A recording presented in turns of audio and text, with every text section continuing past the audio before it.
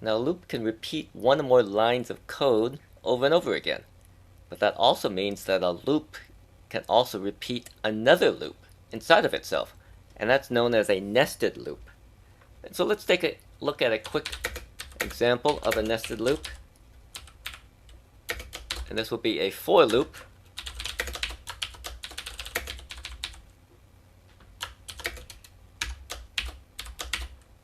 And what we'll do is, you'll see that this repeats exactly 3 times.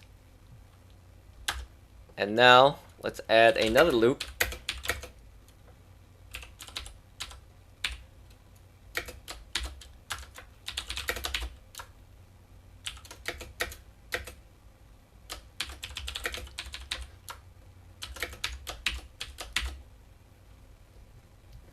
And you'll see that we have the for loop, which will run 3 times, and then inside we have a nested loop, which will run 7 times. And we'll call this the inner loop, and if we run this code, you'll see how this works. The outer loop runs once, the inner loop runs 7 times, then the outer loop runs a second time, the inner loop runs 7 more times, the outer loop runs 3 times, then the inner loop runs 7 more times again. And so that's how nested loops work. One loop runs inside of another one, and when that loop stops running, then the outer loop runs again, then the inner loop runs multiple times, and then the outer loop runs again.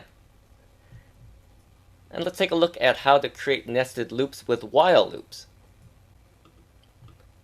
So let's delete this nested for loop. Let's create 2 variables.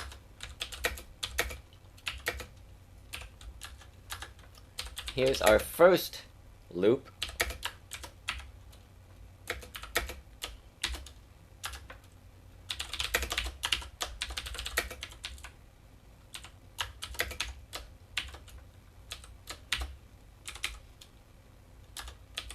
And remember, we have to increment the value of the variable to make sure it does not become an endless loop. And if we run this, you'll see that the loop runs 3 times. Now let's insert a repeat while loop inside.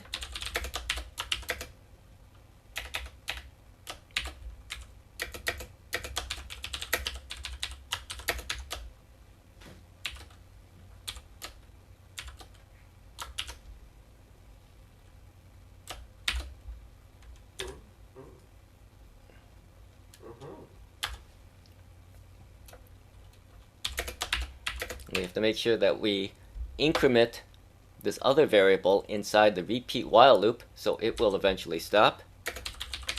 And we need to create a Boolean expression with this loop. And finally, what we need to do is set this second variable back to 1. And now if we run this loop, you'll see that the outer loop runs once, the inner loop runs 7 times, the outer loop runs a second time, the inner loop runs 7 more times, the outer loop runs 3 times, and the inner loop runs 7 more times. So we have loops inside of loops, and in this case we used a while loop that runs 3 times and a repeat while loop that runs 7 times inside of the while loop. So you can actually have more than 2 loops inside of each other. You can have dozens of loops, but you can see when you have nested loops, then it gets a little bit more complicated on which code is running at any particular time. So as a general rule, you don't want to have more than 1 loop nested inside of another one if you can help it.